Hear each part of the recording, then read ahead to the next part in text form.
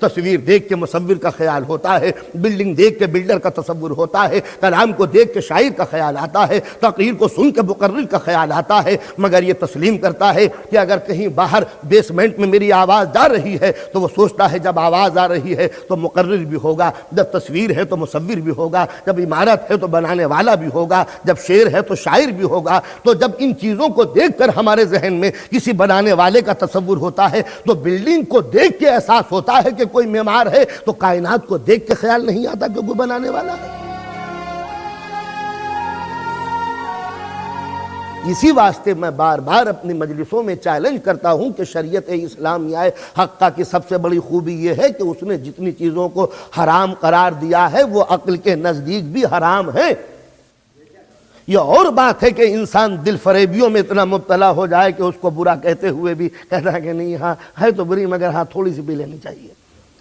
یہ کیا ہوا کہ ضمیر انسانی تو کہا ہے کہ بہت بری چیز ہے، مگر فریب خوردہ انسان، وسوسوں کا شکار خوردہ انسان، لذتوں کا بگڑا ہوا انسان، ذائقے کے ہاتھوں بکا ہوا انسان، ضمیر کے آگے کچلا ہوا انسان اس حق کو پہچان کے بھی تسلیم نہیں کرتا۔ لہذا جو کچھ اسلام میں ہے وہ ضمیر انسانی میں ہے، جو کچھ قرآن میں ہے وہ شعور انسانی میں ہے۔ لہذا اگر اسلام کا سمجھنا ہو تو انسان اگر اپنے جسم کو سمجھ لے تو اسلام آسانی سے سمجھ میں آ سکتا ہے۔ اس لیے کہ من عرف نفسہ فقد عرف ربہ، جس نے اپنے نفس کو پہچان لیا اس نے خدا کو پہچان لیا۔ یہ معمولی سا جسم نہیں، مولا کائنات ایک شعر میں فرماتے ہیں اتزم انک جرم صغیر وفیکن طول عالم الاکبر، کیا تو یہ سمجھتا ہے کہ یہ تیری باڈی کوئی اسمال باڈی ہے؟ سمجھتا ہے کہ تیرا یہ چھوٹا سا جسم ہے؟ وفیکن طول عالم الاکبر، ایک پورا یونیورس ہے جو تیری زندگی کے اندر سمایا ہوا ہے۔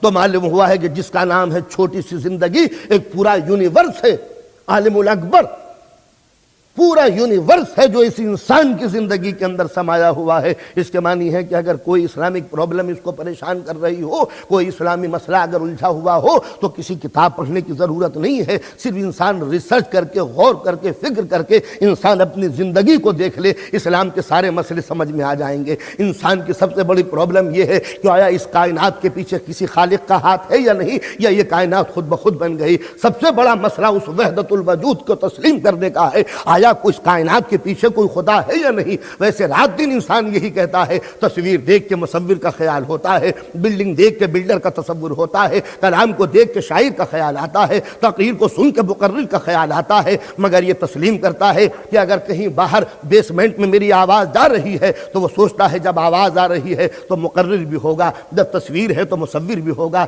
جب عمارت ہے تو بنانے والا بھی ہوگا، جب شعر ہے تو شاعر بھی ہوگا۔ تو جب ان چیزوں کو دیکھ کر ہمارے ذہن میں کسی بنانے والے کا تصور ہوتا ہے تو بلڈنگ کو دیکھ کے احساس ہوتا ہے کہ کوئی معمار ہے، تو کائنات کو دیکھ کے خیال نہیں آتا کہ کوئی بنانے والا ہے۔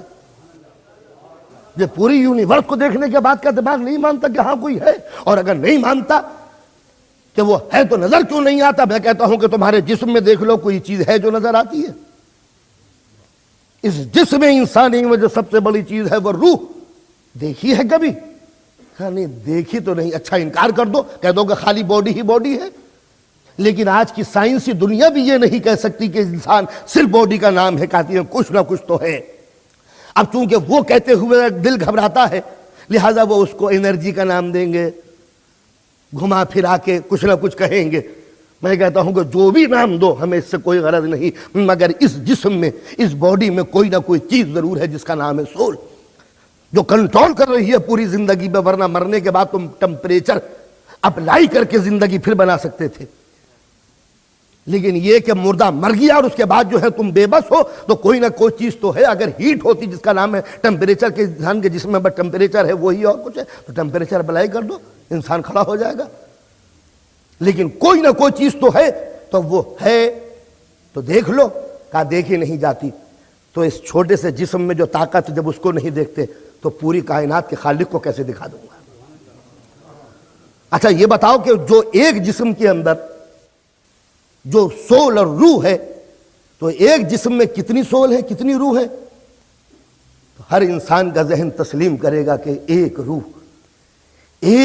اور اتنے اعضاء، ایک روح اور اتنے کام۔ میں دیکھ رہا ہوں، میں سونگھ رہا ہوں، میں چکھ رہا ہوں، میں سن رہا ہوں، ہاتھ میں رومال ہے، زبان چل رہی ہے، دماغ لگا ہوا ہے ہر کام کے اوپر، کیا پڑھنا ہے مجھے، کہاں تک پڑھوں گا، کیا کیا پڑھنا ہے، پیر بھی ہلا رہا ہوں، جسم کو حرکت بھی دے رہا ہوں، اتنے کام ایک ہی ٹائم میں، ایک روح۔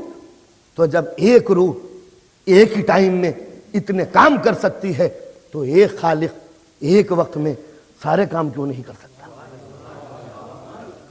چھوٹے سے جسم میں جب انسان من عرف نفسہ فقد عرف ربہ، اپنے نفس کو پہچان لے، خدا سمجھ میں آ جائے گا۔ تو معلوم یہ ہوا کہ اس پورے جسم میں ایک روح ہے، دو روحیں کیوں نہیں ہوئی؟ کیا پریشانی کی بات ہے؟ دو روحیں ہوتی، دو ڈپارٹمنٹ ہوتے۔ تو سوال یہی ہوتا کہ ایک باڈی میں اگر دو روحیں ہوتی تو یا تو فنکشن ایک ہوتا یا فنکشن دو ہوتے۔ توجہ تعلیم، ایک روح میں اگر، ایک جسم میں اگر دو روحیں ہوتی تو یا تو فنکشن ایک ہوتا دونوں کا یا الگ الگ ہوتا۔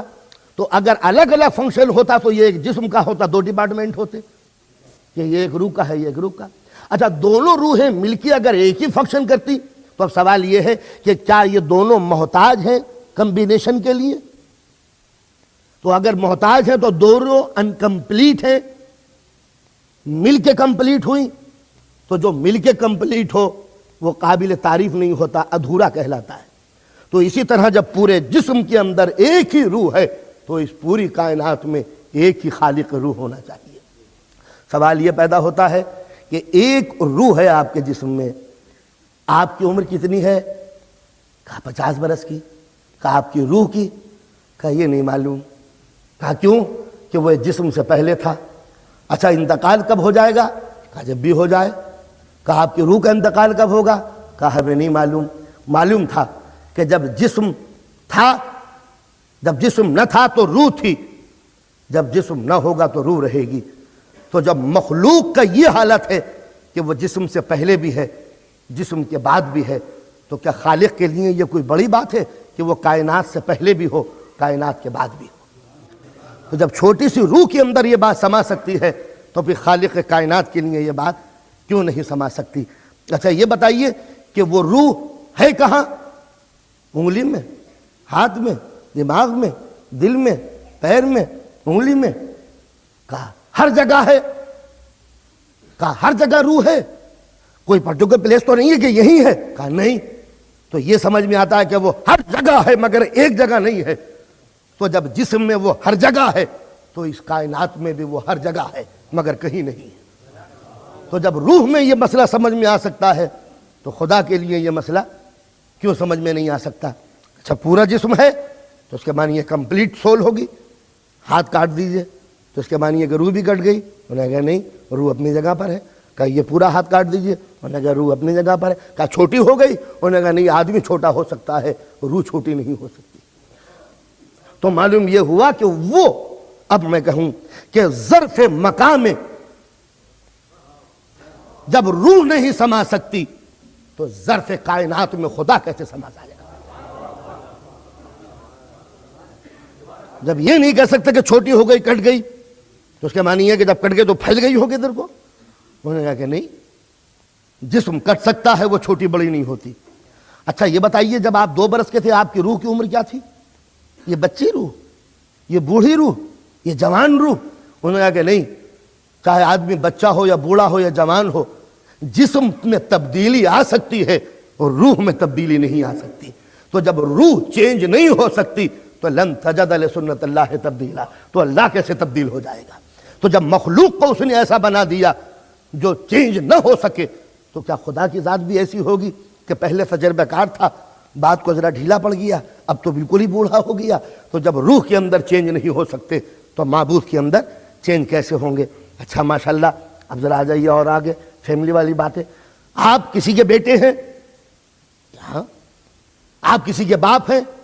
بالکل۔ یہ بتائیے، جس کے آپ باپ ہیں، کیا اس بیٹے کی روح بھی آپ کی روح کی بیٹے ہے، باپ ہے؟ یہ میرا بیٹا، یہ میرا بیٹا ہوا، تو کیا اس کی روح بھی میری روح کی بیٹا ہے؟ انہوں نے کہا نہیں، یہ جسم جو ہے یہ آپ کا بیٹا ہے، اس کی روح اس روح کی بیٹا نہیں ہے۔ معلوم ہوا کہ جسم کا بیٹا ہوا کرتا ہے، روح کا بیٹا نہیں ہوا کرتا۔ اچھا جب روح کا بیٹا نہیں ہوتا تو کیا میرا باپ جو ہے یہ اس کی روح میرے روح کی باپ ہوگی؟ نہیں، آپ میں جو رشتہ ہے وہ باپ بیٹے کا ہے، روحوں کا رشتہ باپ بیٹے کا نہیں ہے۔ تو معلوم ہوا نہ روح کسی کی باپ ہے نہ روح کسی کا بیٹا ہے۔ تو جب روح کا کوئی بیٹا نہیں تو خدا کا بیٹا کیسے ہوگا؟ جب روح کا کوئی باپ نہیں تو خدا کا باپ کیسے ہوگا؟ کہتے ہیں کہ میاں وہ لم یلد وہ لم یولد، نہ وہ کسی کا بیٹا ہے نہ کسی کا باپ ہے، تو اس طرح کہہ سکتے ہیں نہ روح نہ کسی کی اولاد ہے نہ روح کا کوئی باپ ہے۔ صلوات پڑھیں محمد وعلیہ۔